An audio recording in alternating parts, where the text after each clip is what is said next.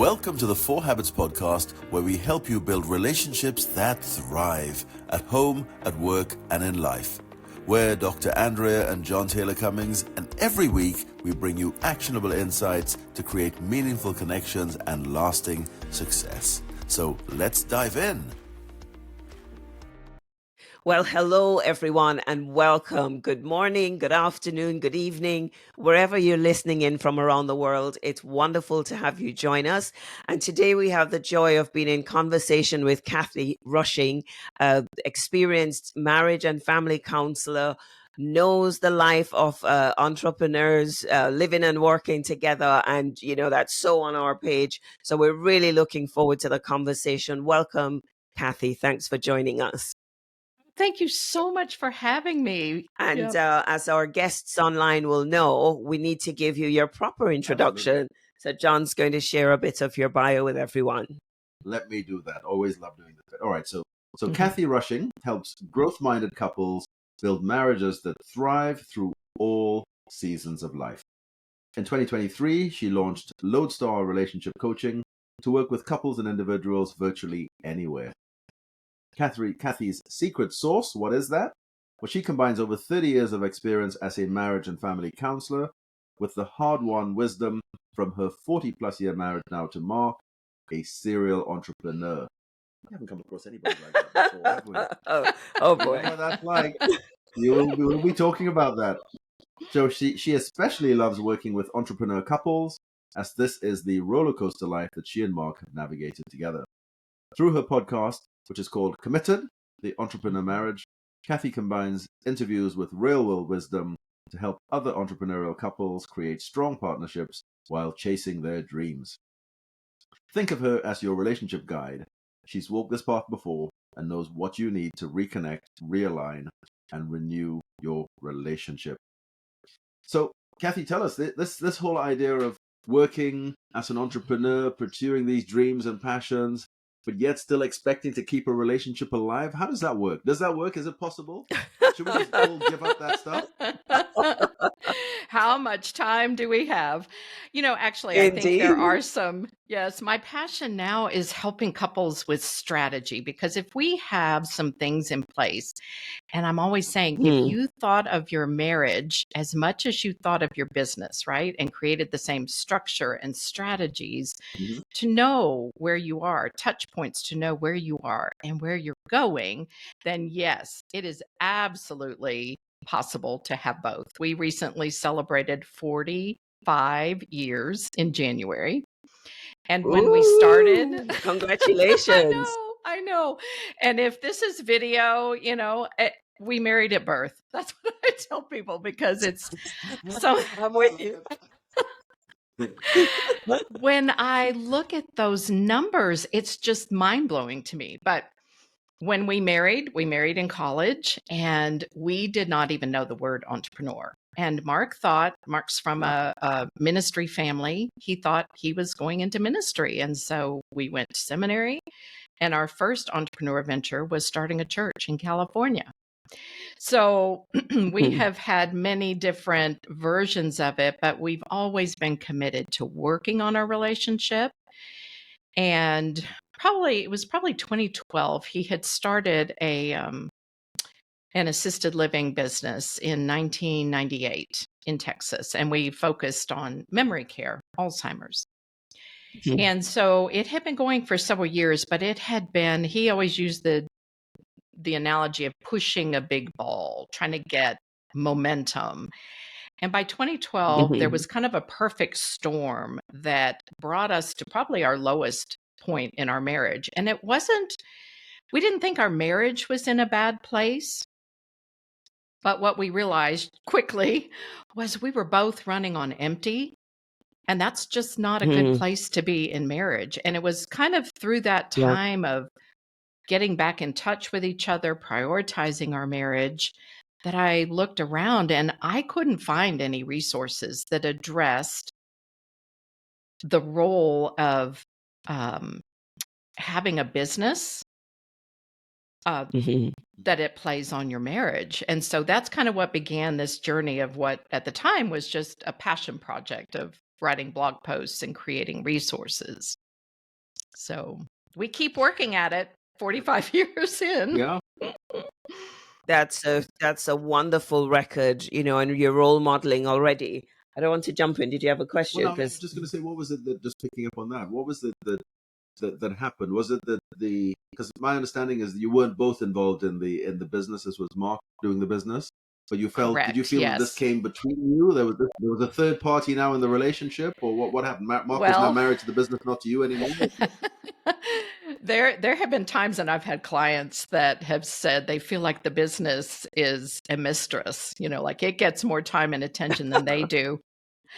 What happened for us, it really was a perfect storm. The first thing that happened, and for your listeners, I would say be sitting down for this, because when I got this news, I literally felt a gut punch. But so our Mm. business, it was a small home-like setting of 16 beds. And so let's see, in 2012, I don't know how many we had at that point, maybe 6 or 7 communities. And so each one was Mm. almost like a startup all over again. And Mhm. and we didn't own the real estate. There were investors who bought the land, built the property, and then we had a long-term lease with them. And Okay. excuse me. So the accounting for that is way above my pay grade, but there's deferred losses and there's all kinds of things that are reckoned. Well, this year, 2012, we got the news from our CPA that we owed $85,000 in taxes. Just the way Wow. that things hit. Yes. And I managed our finances, and I knew what I had been setting aside based on what we had in past years. And I was just like, oh my gosh, how are we even gonna, get through this? We had, I think, let's see, 2012, I don't know, I think our daughter was in college at the time. So the last of 3. The other thing that Mm. happened is my mother, my parents divorced when I was in high school, and my mother was not doing well emotionally. She had been declining for years, and we had some suspicions, but there was a fire in her home, and it kind of tipped her fragile brain right over the brink. And I'm the oldest of 3, so it kind of kicked into gear a lot of changes. And so that's kind of what we were dealing with at the time. And we just had nothing in the love tank. I talk a lot about Mhm. making regular deposits in the love bank, and ours was empty. Like we were running on red. So that's a little bit of how we got there. And, it was, I don't know, looking back, I can't even remember how long it took us to get a plan and a payment plan set up with, in Yeah. the US, we have the IRS, and you do not want to be on the bad side of the IRS. But Oh yeah. Oh yeah. No, certainly familiar with that. So I want to ask another question. Was there a so you say this, your accountant, your CPA, I think was the language you used there. CPA. That you got this 85,000 to find. You said you'd be putting some stuff away. Was there did blame play any part in this, where the sense is that you hadn't put aside enough? Was there any sense of maybe I should have done more? Just wondering how that bit worked out. Yeah, that if I look back, I think my first emotion was fear, like terror. Like Mhm. we didn't have that kind of savings. Everything we were making was going back into the business. And I think that's the big Mhm. challenge, right? Especially if it's a business, whether or not you both work in it, the business is just a toxic combination of your personal finances and work. Oh Whereas yes. If I was going to say, most if people people, are listening in, we're nodding. We're seeing us nodding furiously. We totally get that. or Yeah. jabbing their partner. Um, and there was mystery. I think I was frustrated because I'm a bright woman. I can understand things, but I do not understand. I mean, we just signed our tax return. We're still getting out of that business, and the tax return was something like 70 pages long. I can't begin to decipher it. And So I had a lot of questions. I think the first person I blamed was myself for not asking more questions. Mhm. And I did have questions. I Yeah. think I did have some anger towards Mark of like, how could you let this happen? How could we not know this was Mhm. coming? And, um, if that was today, I would probably ask a little bit differently. I'm sure that I asked in a very accusatory way because I was scared to death. Yeah. So And yeah. that's such a relevant point, the fear and the emotions that you go through, because as you say, success in the business is so strongly tied to what happens in your personal life and the finances and your security going forwards. Mhm. What are you mentioned having earned wisdom through the hard lessons that you went through. What are the habits, what are the kind of principles to do life well together as an entrepreneur, as growth minded couples? What are the nuggets that you've Mhm. discovered and that you've been sharing with your client base? Because more and more people are becoming entrepreneurs, and this Mhm. is real life for so many. So how do we do it well? Yep. Um, I look at actually two pieces. One is the personal piece, which I'm only in charge of me. He's only in charge of him. And some of those tools have to do with brain science that has been coming out more and more in recent years. So I'll get to that in a minute if we have time. Um, but as far as the couple, so one of the first things we realized was we were not having regular date nights. I think at the time we were actually empty nesters. I think our youngest, if I'm doing my math, yeah, she was in college. And so we had every night together, but we would come to the dinner table, and what did we talk about? Usually work. And I Mhm, remember at times saying, could we just not talk about work? And, we enjoy that conversation. We find it stimulating. And even though I don't work in the business, I knew pretty much everything about it. And we would bounce ideas off of each other. So, one of the big things is boundaries. And I'm sure this has mhm, turned up in previous conversations that you've had on this mhm, podcast, but having boundaries, and especially for couples who work at home. I recently talked with a young mhm. couple. They have um, an almost 2-year-old. She's pregnant with their second, and they both work out of the same office, like hearing each other's Oh, conversations. wow. And they were just, they were overwhelmed, and their business was Mhm, facing some big challenges. So it was like there's nowhere for respite. And if anything, home should be our safe place, and our marriage should be mhm, our safe place. And so helping people understand boundaries between personal and work. And part of that is a personal journey, recognizing that work does not define who you are. I love you, Mark, for who you are. I married you for who you are. And yes, there was a spark in there that I didn't even know was an entrepreneurial spirit. He didn't really discover that to be able to name it until he was well into his 40s. And we have suffered other losses. So knowing that your work does not define you, and so having that, focusing your relationship on the things that you do have control over, the safety you have with each other, the conversations you can have. So boundaries are very big.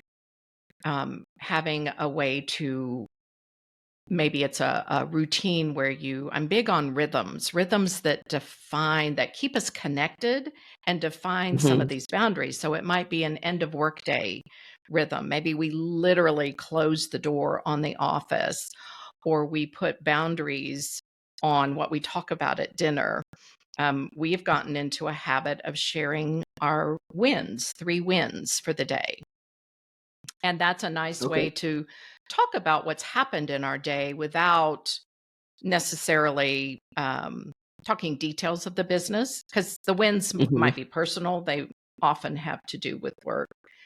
Um, So boundaries, regular date nights to have connection.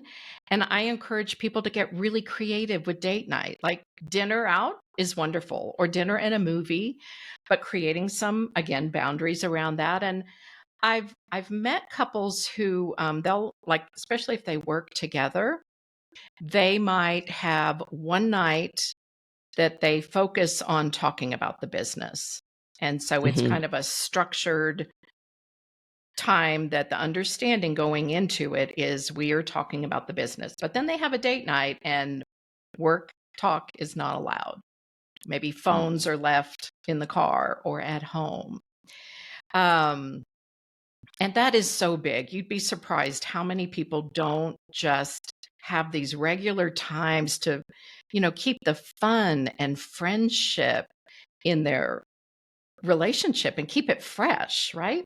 Yeah, Um, absolutely. yeah, yeah. So those are a few. Let me think. Well, I while you think think of an go yeah. on, go on. Oh, I'm thinking that keeping the fun and friendship and helping couples think about, like, how did you fall in love with each other? What are those things you did that built on that, from going from, hey, you're cute, I want to date you, to, you know, uh, there are actually 6 types of intimacy. We tend to think of intimacy as physical only, but there's social, having friends together, there's emotional, sharing our emotions, there's Mhm, intellectual, sharing our mhm, mind. Certainly the two of you working together experience that, just the conversations you can bounce off. There's mhm. recreational intimacy and there's spiritual intimacy, the ability to share our soul. So Yeah, yeah. those are all pieces also.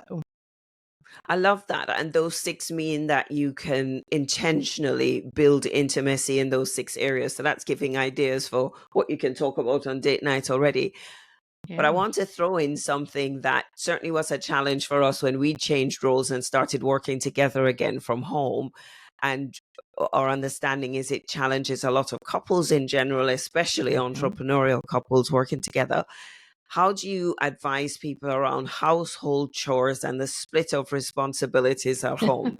Because those who run their own businesses, or if they both run businesses together, we've seen that that can be a sticking point. But we certainly had to grow through that one. Yes, yes. It's ever evolving, isn't it? You know what?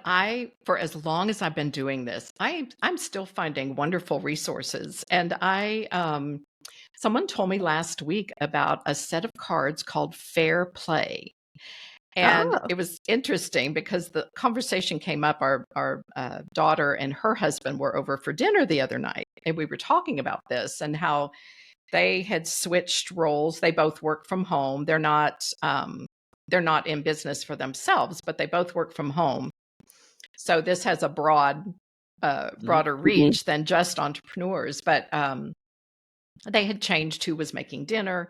But I looked up the set of cards, Fair Play, and I'm I don't get anything by promoting it, but I looked it up and I thought this is genius because the person that developed it um, sent out a couple thousand questionnaires and asked people to write down what they do, every single thing they do. If you change a diaper, write that down. If you make a sandwich for a 2-year-old, write that down. That's not our space currently, correct? But yeah, if you take out the garbage, well, who orders the trash bags? And if you're doing, dinner, which I do the bulk of the cooking, I love to cook. But that also means I'm doing the menu planning and the grocery shopping. And so I have gotten better in the last few years about asking for help in these areas, whereas I just picked them up naturally and then became a little resentful sometimes. So we don't get what we don't ask for. Um, but I think what would be so fun for people is just make a list of everything, like just brain dump everything that has to be done. And the way this Fair Play game works, so it's a set of cards and you put the cards out on the table, and some cards have more points than others. Like, I think meal planning probably gets more points than taking out the trash Right. or doing the laundry, from sorting it washing, drying, folding, putting away. Those are all pieces, right?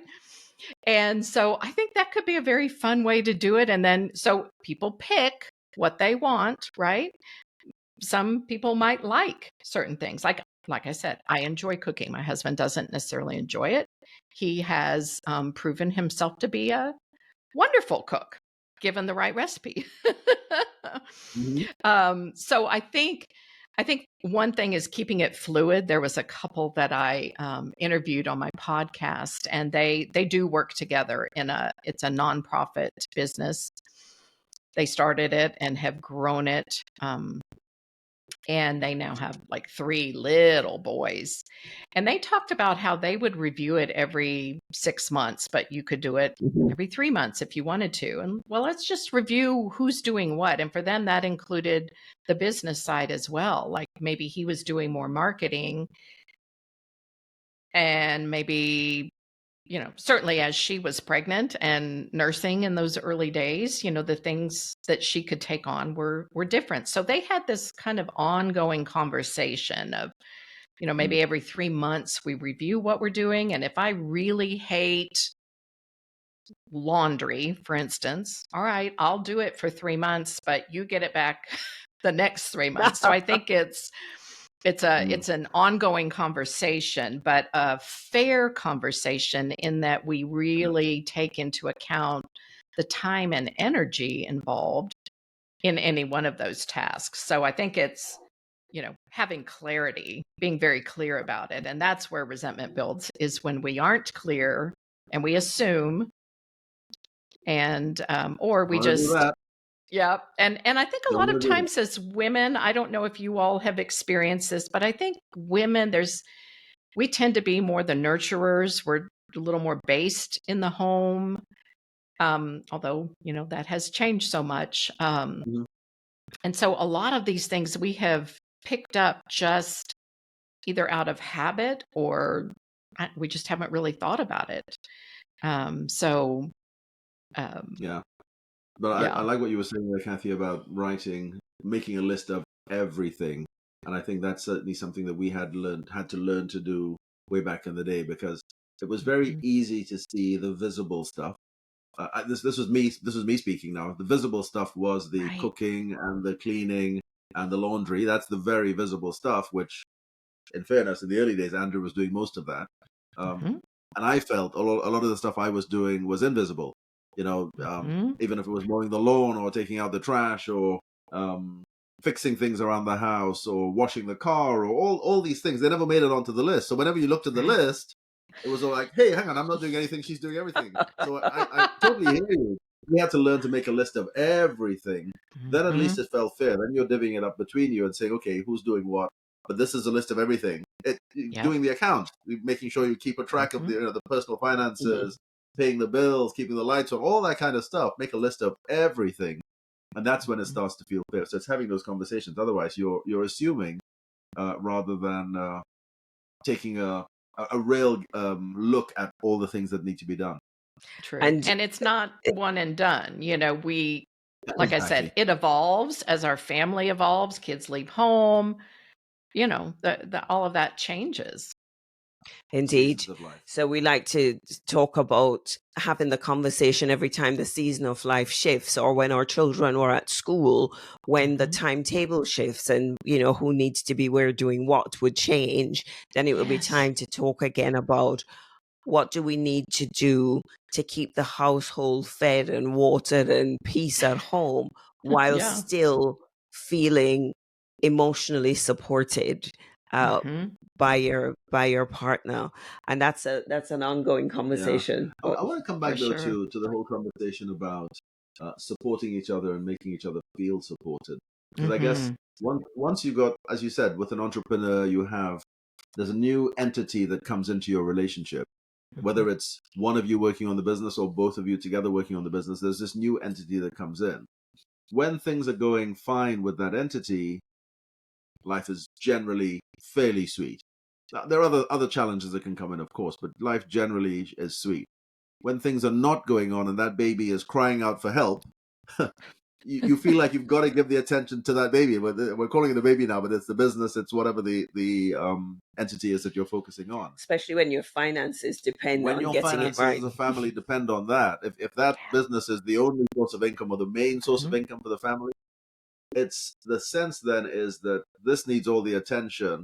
We've had so many conversations with people who said, you know what, we can kind of let's just park the relationship for now. We need to focus on the baby first. Let's get this baby back to health, and then we can get back to the relationship. What's your advice in that space? Well, and this is where I think, John, it is so important that people are cognizant of taking care of their relationship and having a really healthy bank account, right? Because we make withdrawals. So that's kind of a withdrawal when you say, look, we've got to pivot. I've got to go all in. I'm going to have long hours. And if the relationship is healthy, it can weather that. I use the analogy of I wish that people would think of their relationship as they would maintaining their car.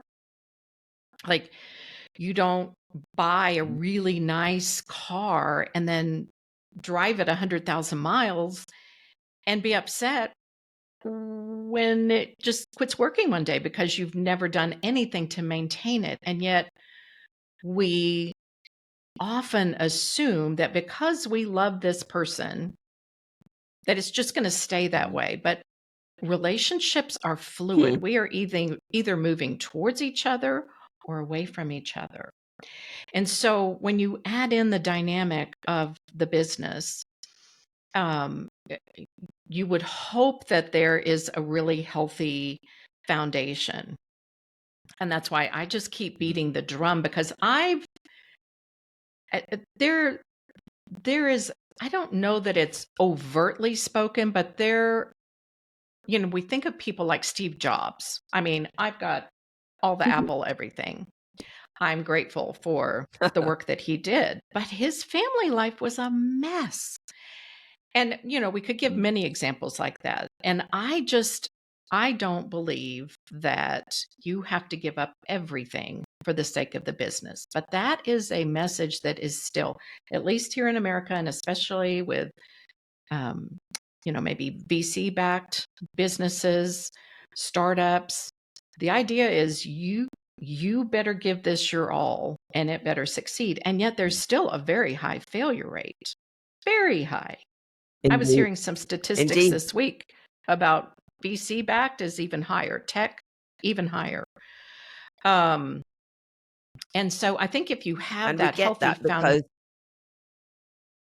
I was going to say, we get that because it's such an emotionally intense period getting a business up and running. The very relationship that you would want to help support you through that emotional roller coaster, if you take that for granted, that can become part of the challenge that you're facing as well. Exactly. And just be exhausted and drained on all sides. I was going to say, it needs to be a conscious decision. If you decide you want to be a Steve Jobs and you want to, what do you say, make a dent, a dent in the universe, that's your focus, maybe do that. But you have to do that cognizant or conscious that you're making a choice. You're making a choice. The relationship is not necessarily going to follow you and be all fine and rosy when the hard stuff is done. They're not necessarily going to be somebody sitting there waiting for you. It's a choice that you have to make. If you want to have your cake and eat it, you have to work on both. You can't, or indeed, if it may be that you decide you have to go all in, and this is going to be for a season. You have that conversation. It's a 3 months, 6 months, whatever it happens to be. This needs my undivided attention for us to get through this. And maybe you agree that, and that's fine.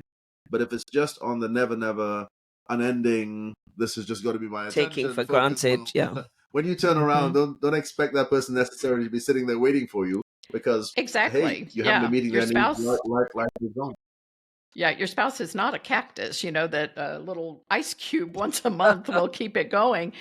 And I mentioned earlier that there are really two prongs. There's the relationship piece, but there's also the component of what can I do to self-soothe, to know that I'm okay. And by way of example, So this business that I mentioned, we had it for 22 years, and we had met with financial advisors, and they're like, just keep investing in your business. So we did.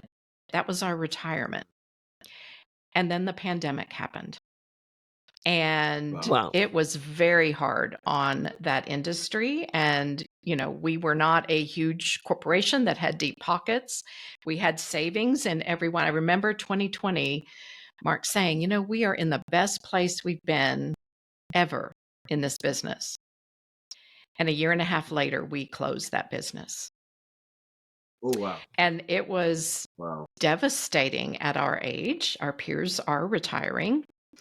And so the last 2.5 years have been an incredible test on our marriage. And what has gotten us through is that we have that strong foundation. And we're, a bit like a teeter-totter, like on days that he was up and I was down, he could, be supportive, or vice versa. And what I've learned in the last few years, and like I said, I'm so grateful for all the research that has come out and practical tools around balancing, calming our nervous system. And so I was able to implement some things that, even though the world around us was crazy and there was a lot of uncertainty, I learned to calm my nervous system, which then allowed me to be calmer when Mark was feeling exceptionally stressed. And we were talking about it the other day, and he said, you may not remember this, but because there was a time, so we bought a business, a porta potty business. Then a year later, we bought another business that's about 4.5 hours away. And it was a complementary business. And where we live, that 4.5 hours meant traversing a couple of different mountain passes, which can be kind of gnarly sometimes in the winter. And so he had hired a general manager for that distant business, who promptly ran it in the ground in about 6 months. And it got to the point that Mark he realized he was going to have to go and try to right the ship. So it meant driving and being gone 3 days a week, coming back to run the other business. So I don't need to spell that out, what that was like. It was exhausting physically and emotionally. And we knew that we couldn't do it forever. So we did have conversations. We had a lot of conversations. And, we moved to this new community during the pandemic. So we were still fairly new. And we had tried to engage with, find a church community. But we got to where, like, Sunday was the only day that we had, and we would try to get out in nature, which is, again, that's a calming tool for both of us. So it gave us time together, and also calmed our own nervous systems. But I say that to say, had we not had that strong foundation, I'm not sure we would have made it, through the stress of the last couple years. And so I'm very grateful that we've done the work, and we continue to do the work of listening and supporting, and of knowing what the other person is facing. That's a big piece of it too, John Gottman talks about love maps, and knowing what your partner is facing on any given day or week. Exactly. What are they hoping for, afraid of, stressed about, dealing with? And it's those conversations that we lose touch with when we just talk about the functional stuff, who's doing what in the home, what's happening in the business, and we lose sight of each other. We don't, I like to say, we don't see or hear each other as individuals anymore. And that's a big part of what's missing. And I love this conversation because I've been talking with some real estate agents, for example, who are entrepreneurs running their own business in a seasonal or a feast and famine type of business. You sell a house, Yeah. you make money. You don't sell a house, you don't make money, and there could be huge gaps in between.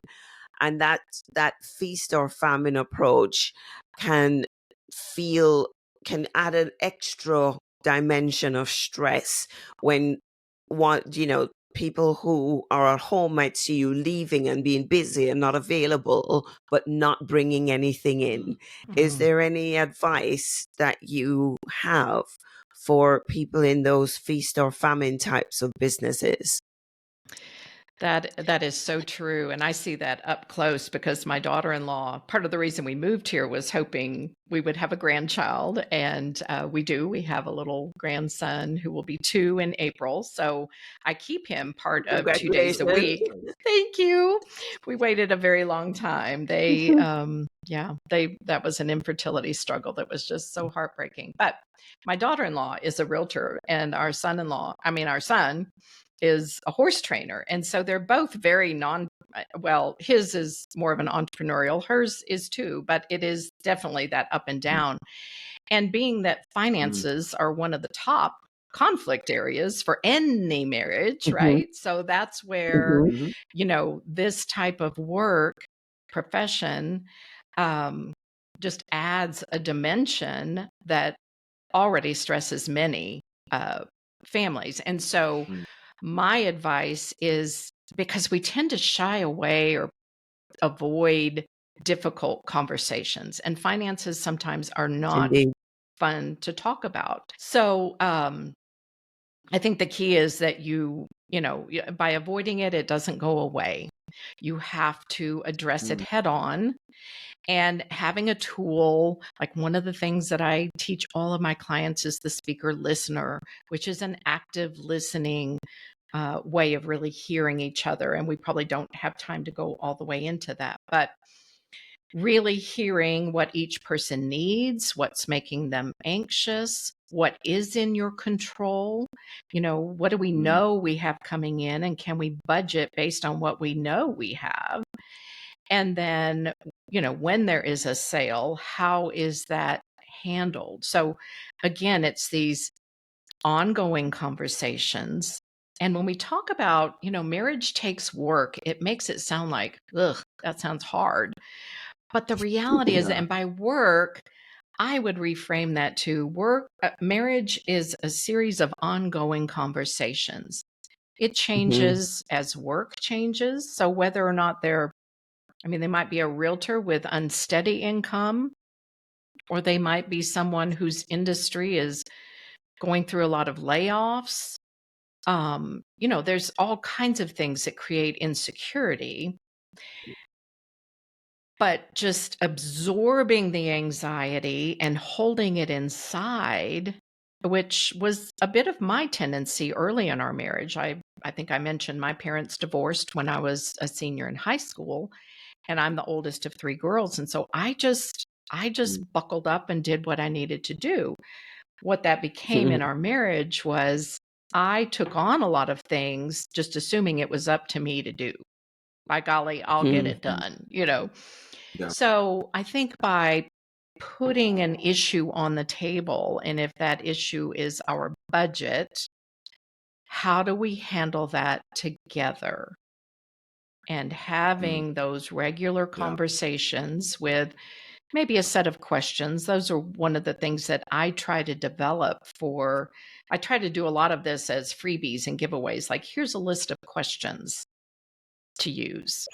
So that you could ask which can really help in those conversations. I want to pick up on one topic though, just on the whole budget thing, which we haven't yet really gone there.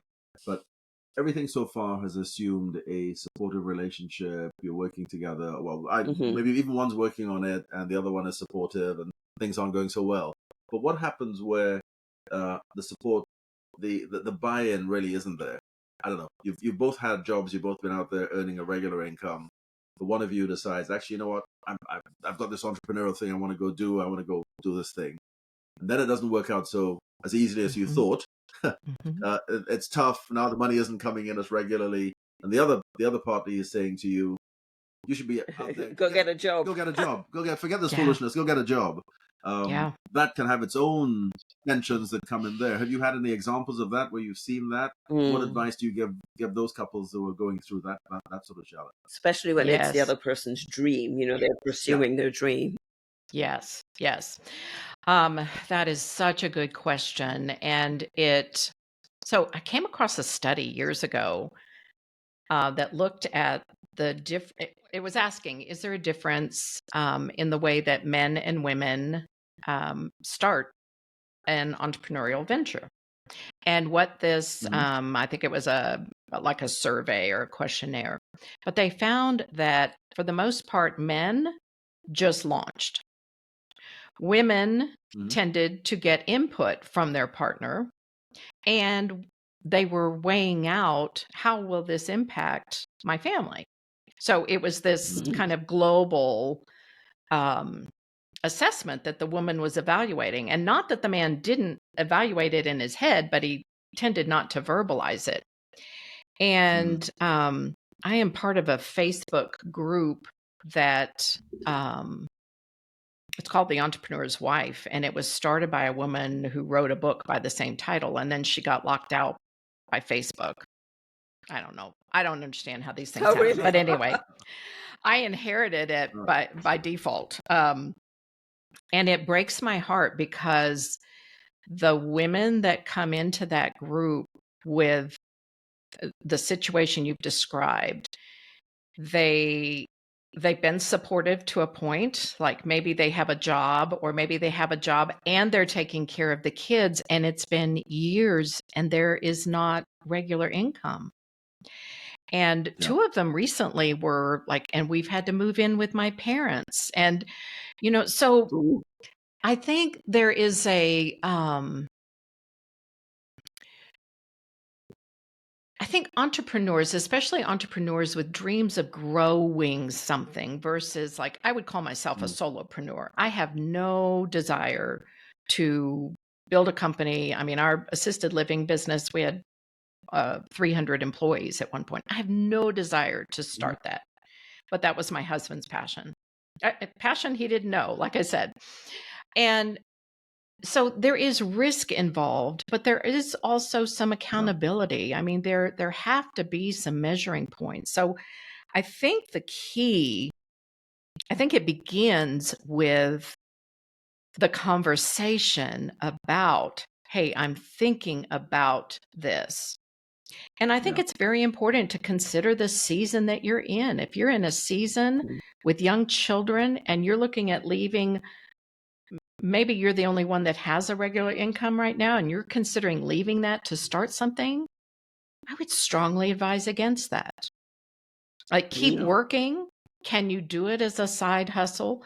But again, it comes back to that conversation. And somewhere in the many marriage books I've read, came across the term of enthusiastic agreement. I think it's out of His Needs, Her Needs. But the idea of enthusiastic agreement.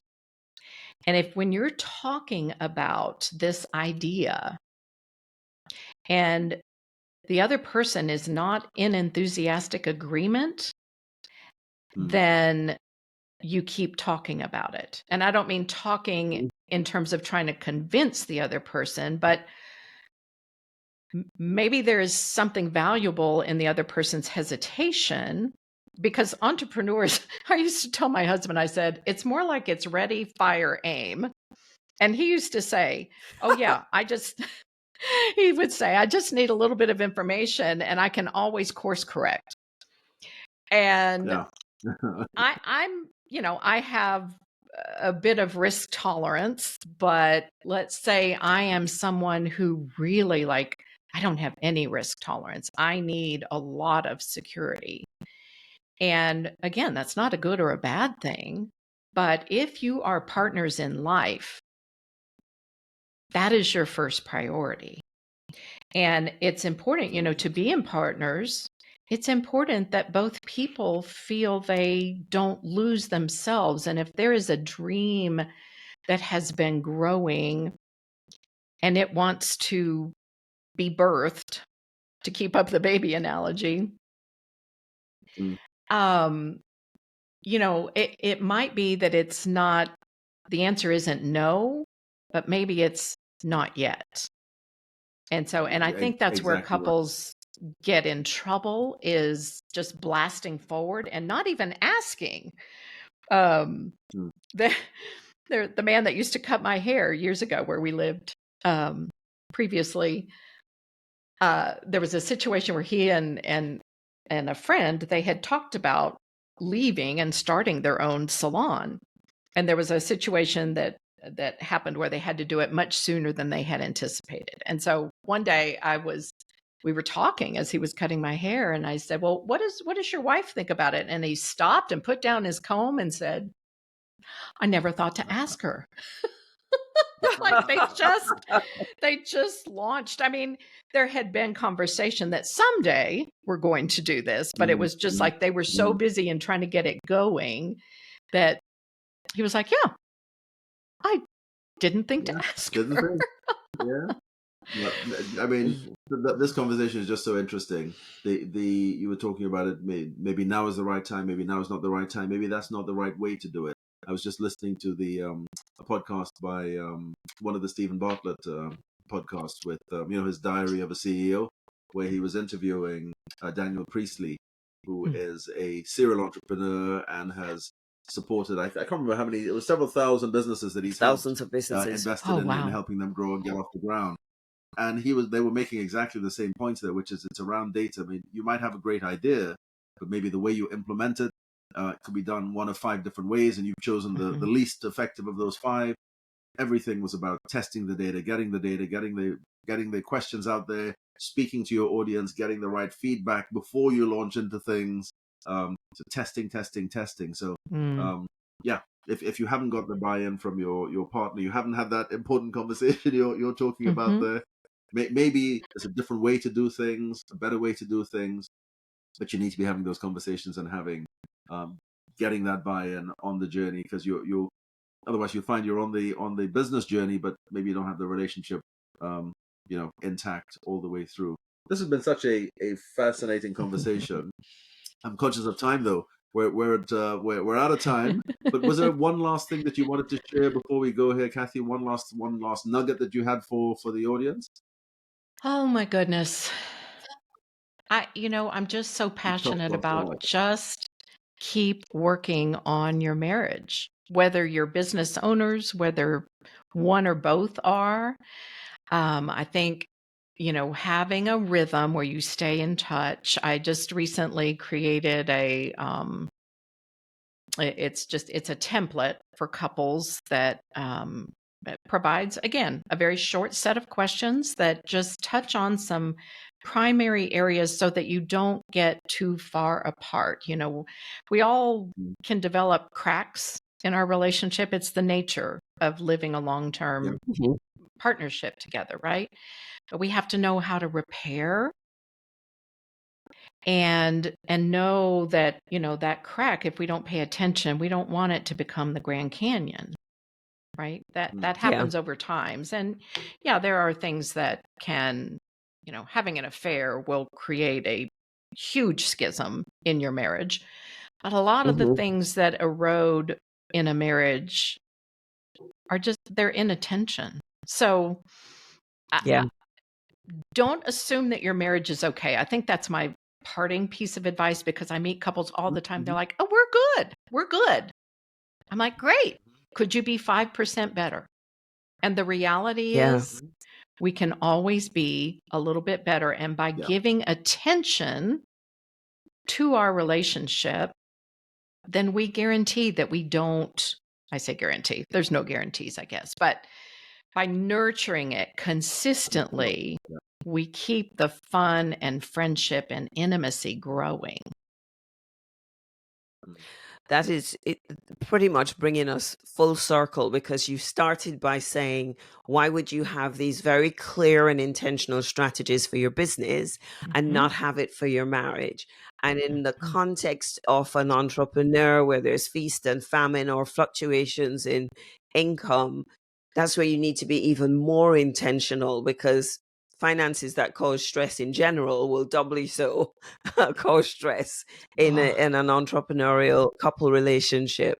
So Absolutely. have the clear strategies, develop the rhythms, do the date nights, keep the conversation going so that you continue to see and hear each other and be updated on the things that concern or worry or stress you or give you hope, so that you're updated on each other's, as you said, John Gottman's love maps, so that people don't get confused. We're talking about, the mental map in your head, Yeah. so that you stay connected, emotionally connected to what's going on in each other's lives. Well, Kathy, this has been really interesting. Thank you for sharing your wisdom. If people want to get in touch with you or get hold of some of your material, could you just tell us quickly where they could go, where they could look? And of course, we'll add it to the show notes. Absolutely. So my website is my name, Kathy with a K, Kathy, Rushing, RUSHING.com. And all of the resources are there. I on social media, I am most active on LinkedIn. So come find me. I'd love to have a conversation in the DMs. That's how Andrea and I met. And so those are the two places to find me. Wonderful. Great. We'll certainly put those in the show notes. But Kathy, it's been a lovely conversation. Thank you so much. So lots of wisdom in there for people to take away, process. The entrepreneurs, even again, this podcast, they were saying it's a growing tribe, entrepreneurs out there. So the need is just going to keep getting bigger and bigger for people to keep it together at work and at home. And that's why we love having these conversations. So thanks for being with us. You're welcome, and I'm grateful that you all are hosting this and keeping this conversation alive. Thank you so much. It's been my honor. Our pleasure. Our pleasure to have you as well. So Great. To our audience, we say thank you very much. Thanks for being with us again, and we'll see you next time. Yeah. Bye-bye. Thanks for tuning in to the 4 Habits podcast. Now, if today's episode resonated with you, share it with someone who needs to hear it. And don't forget, take our free relationship skills quiz at the4habits.com/skills quiz to start improving your relationships today. Hit subscribe and we'll see you next time.